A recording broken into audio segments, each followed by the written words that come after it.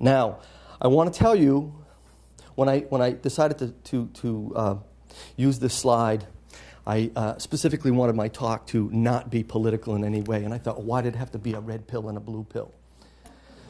But this is taken from the famous science fiction movie called The Matrix.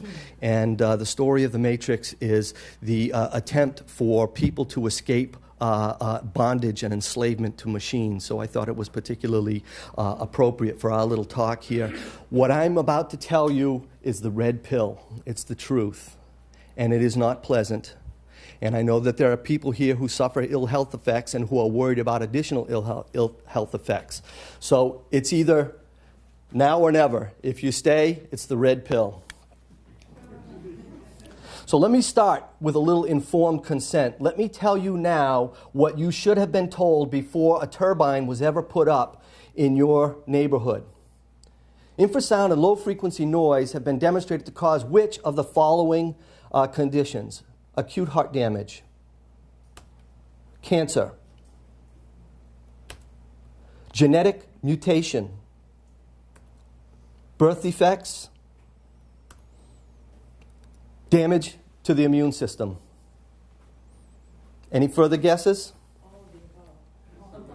All of the above. And the answer is all of the above.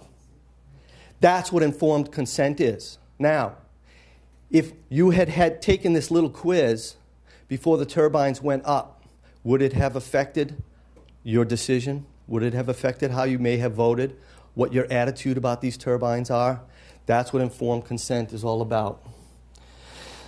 This information that I'm about to show you, as Dr. Laurie mentioned, is from a study that was done in Portugal by Nuno Castelo Branco and Mariana Alves Pereira. They are both MDs and they are research PhDs in medical research. And one of the things that they had been doing for many, many years, going all the way back to 1980, is they have been studying something called low-frequency vibration and the effect on the human body. Now, infrasound and low-frequency sound is referred to as sound when it's in the air. But when it's in a solid and moving through a solid, it's called vibration. But it is the same energy, and when it hits our body, it becomes low-frequency vibration. What's very, very important about this study is that it was done in an infrasound and low-frequency environment that was very, very rich. It was done on Portuguese aviators. So they were constantly either working on the planes, working around hangars, and so forth. These experiments have since been reproduced with airline pilots, with stewardesses.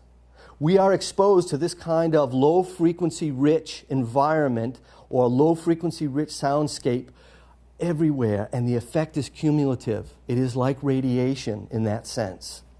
And here's what they found. They said, listen, we're not going to report anything as being directly related to low-frequency vibration unless it is 50%, and in 50% of these cases. And then they followed 140 of these people who began their careers with the Portuguese military, and they were perfectly healthy. Starts off very mildly, mentioning some of the things that Dr. Laurie mentioned to you and that have been mentioned in some of the other talks. But here's what's important. This is a longitudinal study. It was done for 10 years, and these people were carefully tracked. Full medical histories completely available to the researchers.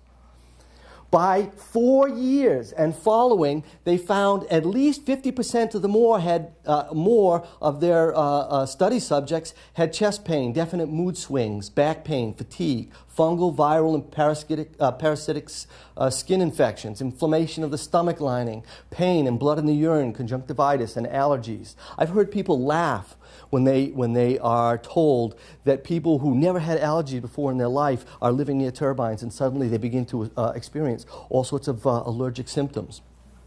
Psychiatric disturbances, hemorrhages, nasal and digestive. You see the list. And of course, some of these you'll recognize as being the very early symptoms for those who are most sensitive, like headaches and joint pain, and some of the neurological disturbances, and a loss of neurological performance. Lowering of IQ, for example. Now, all of these, 50%. But after 10 years, 70% of the 140 test group were experiencing some of these symptoms. Now, if I translate that into what's going on in Fairhaven right now, and we know that turbines produce intense infrasound and low-frequency noise, it means that there's a chance within 4 to 10 years that 70% of those 6,000 people I mentioned to you are going to begin to suffer from some or many of these problems. It isn't just the 5 or 6% that are suffering from it now. Now, in that study, 5% actually were retired with early disability. In one story, for example, a 40-year-old had to retire from his work with complete disability for the rest of his life. However, those are only the symptoms that were 50% or greater. Here are the more serious long-term potential impacts of wind turbines and other infrasound and low-frequency noise-rich environments.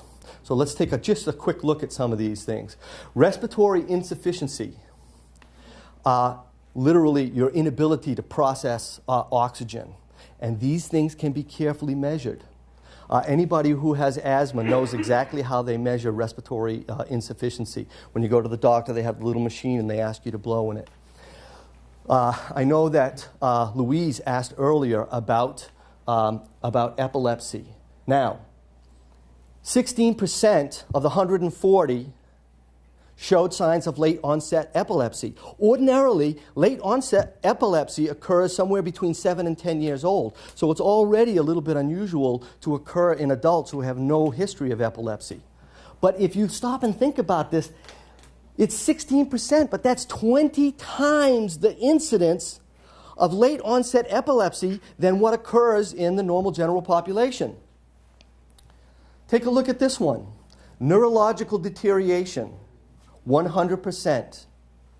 100% of all of their patients in the study were found to have some degree. Now, they didn't put it in the other list because some had minor deterioration and some had extreme deterioration. Now,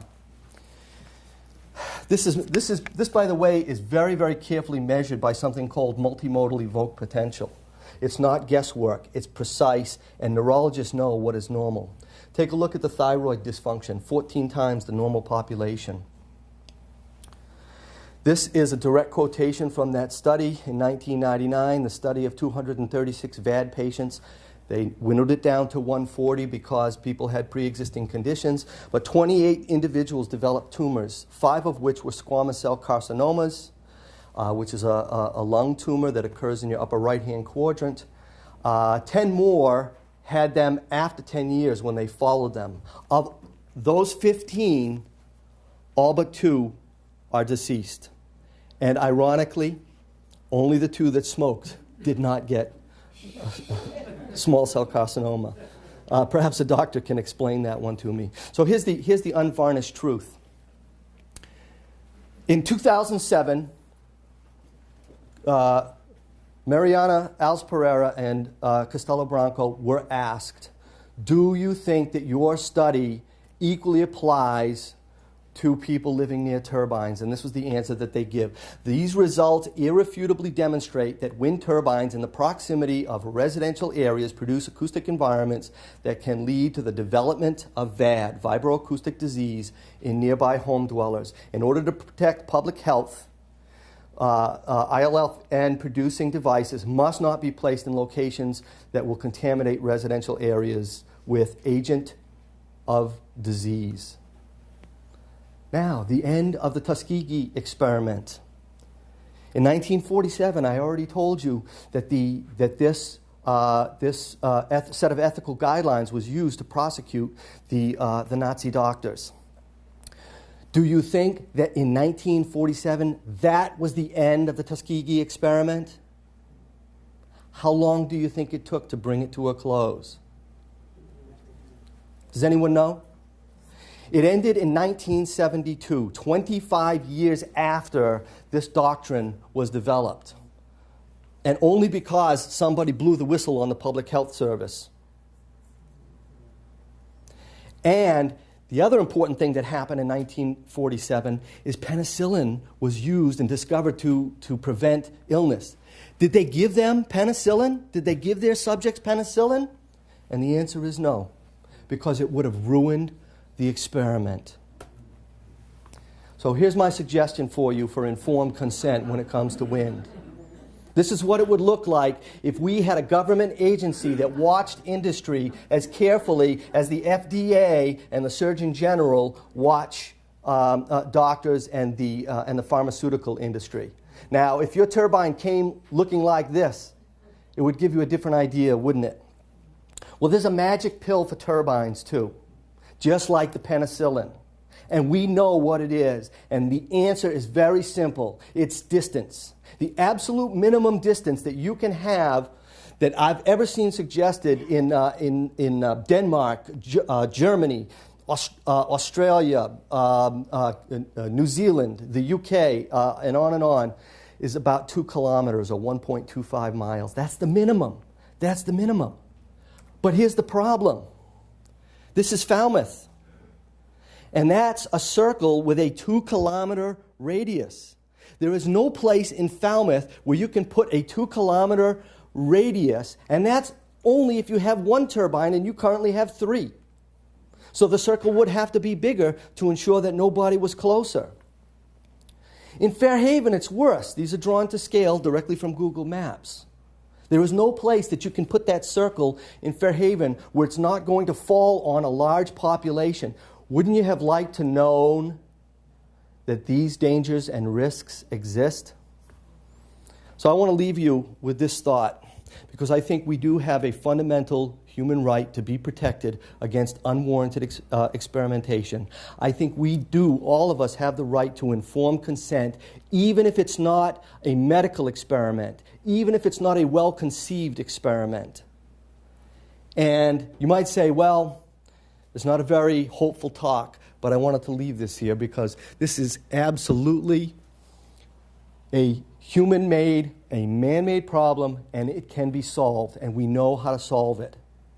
If the FDA today were regulating turbines, everyone in America would have to be stopped on the basis of just the evidence that I've shown you. And there is much, much more. Thank you.